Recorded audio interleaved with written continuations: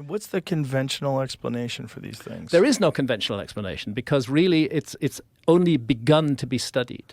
I'll say you first noticed them on an overflight more than 20 years ago, but it's only relatively recently that they've started to get the funding. And I want to pay tribute to Eugene Zhong, who is a philanthropist who has provided funding for these guys to continue their work, and who's also provided funding to the Comet Research Group, and who's also provided funding for the DMT research that's being done at UCSD. What's his name? Eugene Zhong. He's a brilliant Eugene guy. Zhong. J-H-O-N-G. He's a brilliant philanthropist, and he's so open-minded, and he's looking to support research in areas that the mainstream just won't touch. That's amazing. So Good we're for looking at him. Fazenda Cipoal here, where we have an octagon with rounded corners.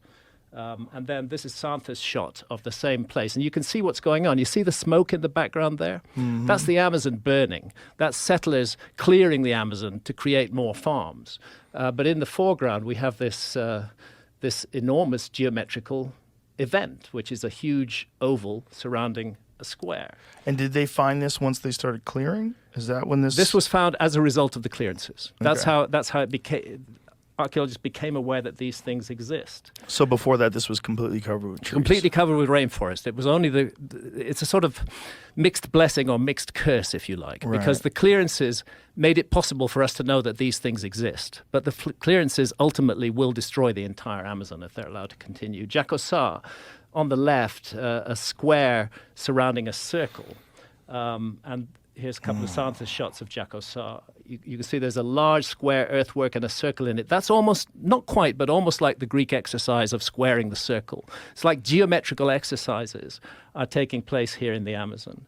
Again, a square with these curious scallops cut into the side of it and a circle. There's just so much of this of this stuff. Taquino, absolutely giant geoglyph. And these things really, on the old view of the Amazon, shouldn't exist. They involve enormous expenditure of effort. Creating these earthworks is a huge job.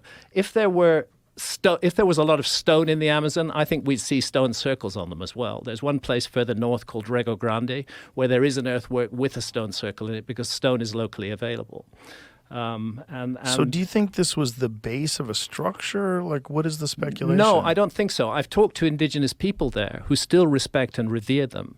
And they say that they were for shamanic journeying, that the population would gather within them, that there would be certain areas that might be reserved for the shamans. For example, the square on the left, those two cut out areas, top left and right of that square, it suggested that shamans were in there and the rest of the population were in the other area, and they were undertaking visionary journeys, perhaps using ayahuasca.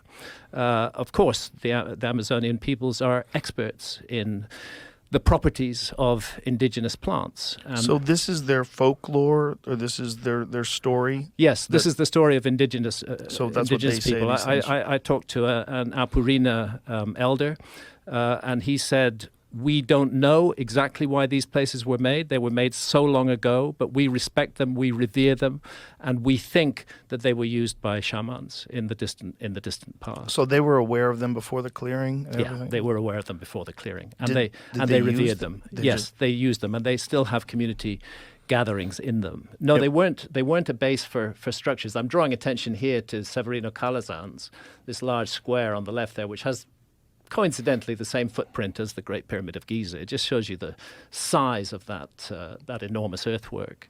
But it's a mystery. More work needs to be done, and much more needs to be surveyed. And thanks to LiDAR, that can be done non-invasively.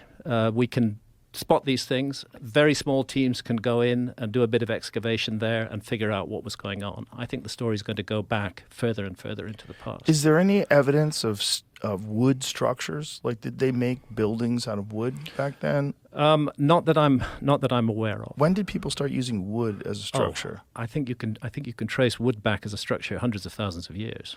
But when did they start using it in, like, if you see like the ancient Mayan civilizations, what you find in the Amazon, you don't find ancient wood structures, do you? I think that's largely an artifact of the fact that wood doesn't preserve very well. Right. So how do we know that there weren't current wood structures. There may well have been. Over these. There may well have been, which Right. have just rotted away Right. and gone. There may well have been wooden structures there. Because it kind of looks like foundations. It does look like foundations, and it's just a very weird thing. But I think the main point is Someone made it. someone made it, Yeah. and it involved a very large amount of organized labor in order to make it. There had to be the will and the intent in order to do that. It's interesting that the patterns are geometrical. And are they geometrical, like with the perfect length? And Yes, like yes, they're match up with each other? They're very, very good. Fazenda Pirana and Severina Calazans are both aligned to true astronomical north. That's different from compass north. That requires astronomy. You can't get true north without using astronomy. So this tells us not only was there a culture that was capable of creating large-scale public projects, but also they had astronomers amongst them. Wow. It's a good mystery. The other thing is the geometrical patterns are very common experience in ayahuasca visions in altered states of consciousness. Our culture tends to despise altered states of consciousness, although fortunately that's changing.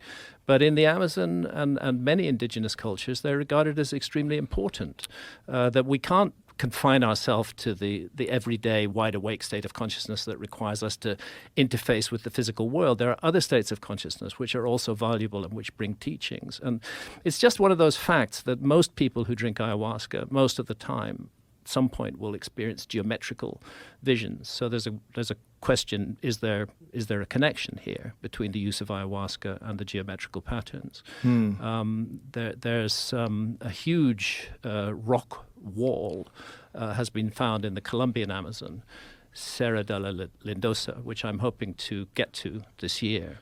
8 kilometers long, covered in rock paintings. The rock paintings are dated more than 12,000 years old. They show extinct megafauna. They show giant sloths which went extinct during the Younger Dryas, for example. And they also show the kind of entities that are seen in ayahuasca visions. They show the same sort of patterns, the same geometric patterns that are seen in ayahuasca. So there's a sense that... Do you have any images of this place? Serra de la Lindosa. You're connected to the... Yeah, I don't have images of La Lindosa on here. Oh, maybe you could Google it. But if or give the plug Yeah, back I'll to take Jamie. the plug back. I was trying to Google it and I didn't find anything. I might have spelled or guessed wrong on Serra How do you spell it? de la La Lindosa. La Lindosa? Yeah. Let me just... I got it. You got it? Yeah. You're going to have to give him the cord real quick, and then he'll give it back to you. Okay. There you go. It's literally an 8-kilometer Sistine Chapel in the